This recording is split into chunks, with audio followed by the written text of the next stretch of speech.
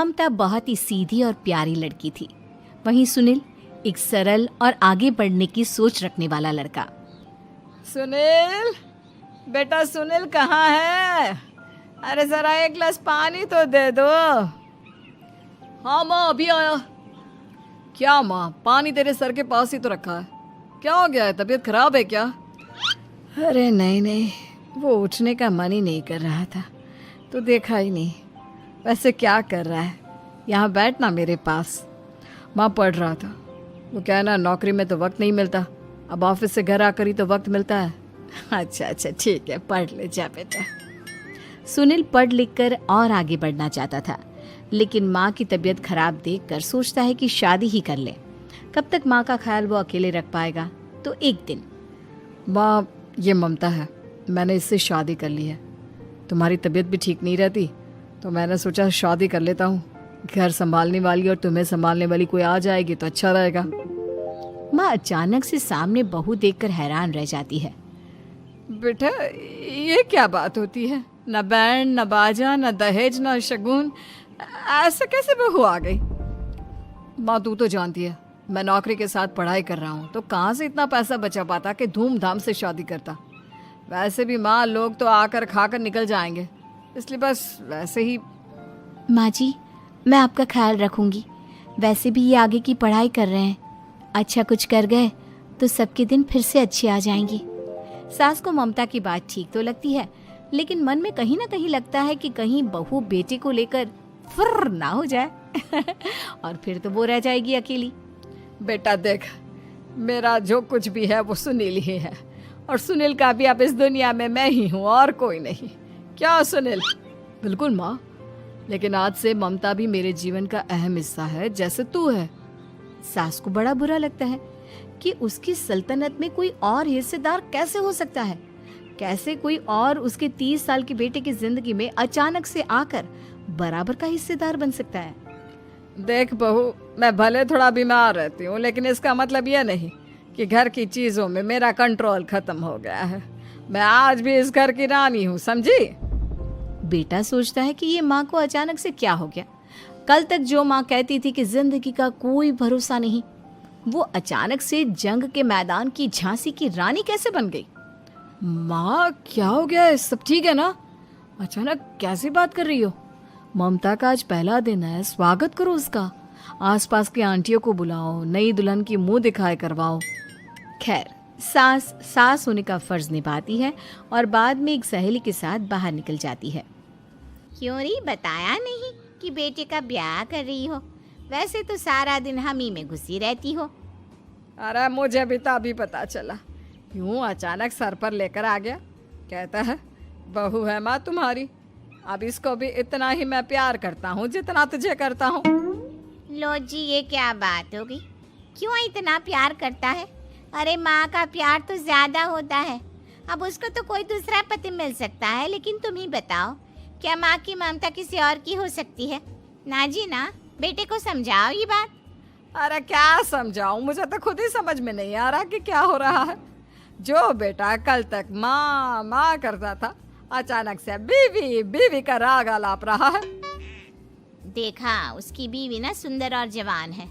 सुंदरता के आगे तो एक से एक नहीं टिके, तो तेरा बेटा किस खेत की मूली है? सास को भी समझ में आ जाता है कि बहू की सुंदरता के आगे माँ का प्यार किसी काम का नहीं। उधर बीवी, ए जी, अम्मा जी सहेलियों को छोड़ने गई थी, अभी तक आई नहीं, हम देख आए क्या? अरे रहने दो ना, आ जाएंगी। कहाँ जाएगी, उनकी आदत है, एक बार जाती है तो पूरी पंचायत खत्म करके ही आती है। अच्छा ही है, खाना वाना खा कर गई होगी। छोड़ो ना, घूमेगी तो खाना पचेगा, नहीं तो ऐसे ही खाट पकड़ लेगी। बहू भी शांत हो जाती है।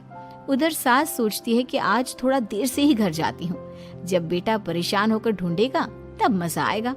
बीवी को खुद ही पता चल जाएगा कि माँ के आगे उसकी दाल नहीं गलेगी। लेकिन वहीं दूसरी ओर घर पर, ए जी, माँ जी अभी भी नहीं आई, हमको तो घबराहट हो रही है कि क्या करें, जाकर पता करें किसी के घर। अच्छा, कहाँ जाओगी ये भी बता दो।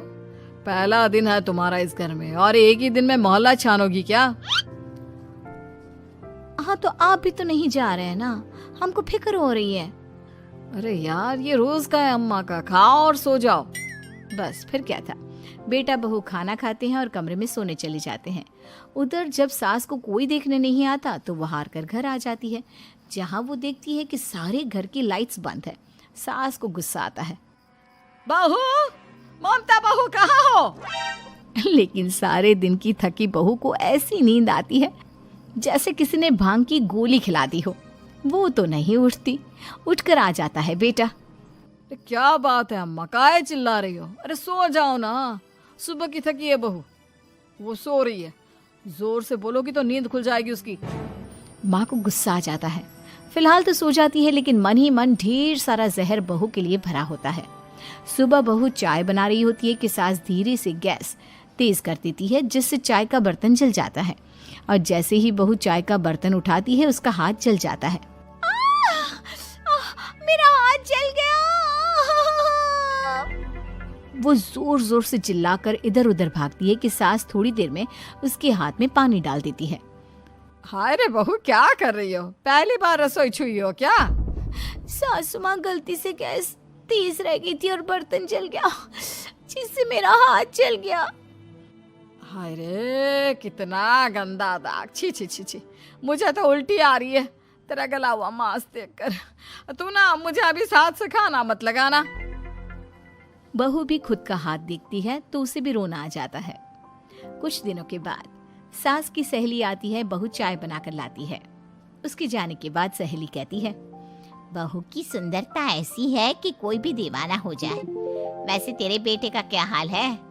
अरे वैसा ही है, बहू के पीछे लट्टू। क्या करूं, कुछ समझ में नहीं आ रहा।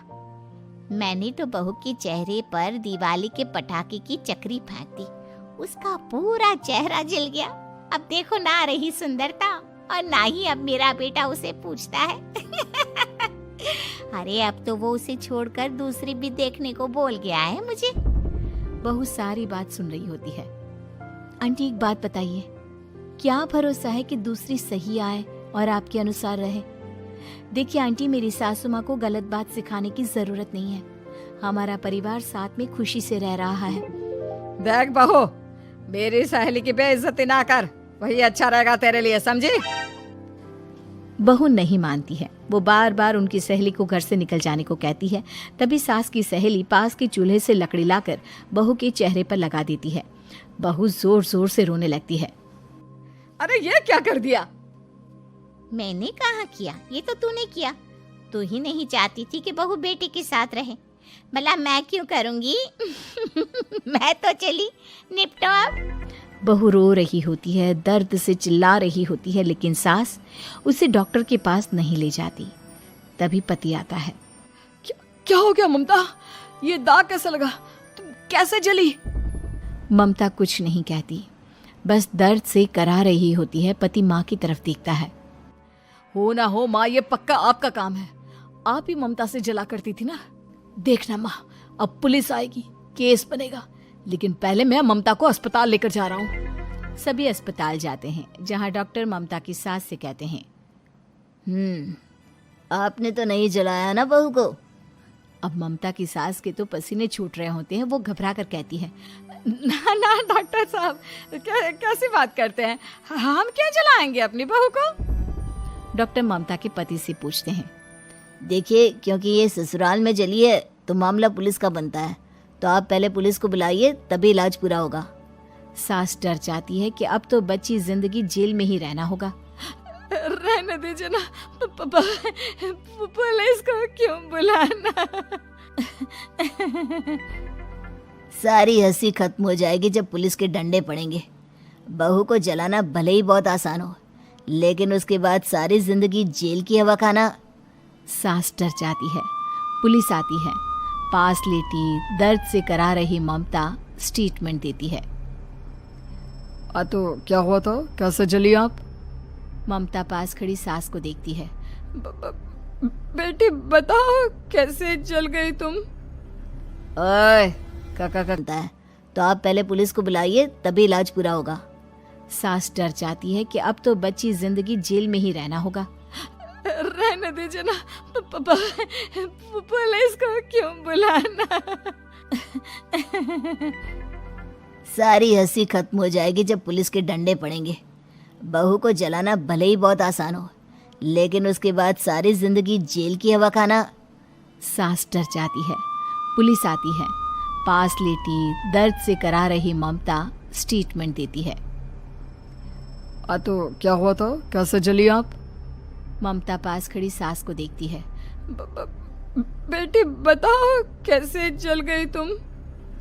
ओए काका का किरण वाली शाहरुख, चुप, बिल्कुल चुप। सास चुप। सभी इंतजार करते हैं कि ममता क्या बोलेगी। जी मैं खाना बना रही थी, लकड़ी उड़कर मेरे ऊपर गिर गई और मैं जल गई। सास बहू की बात सुनकर रोने लगती है।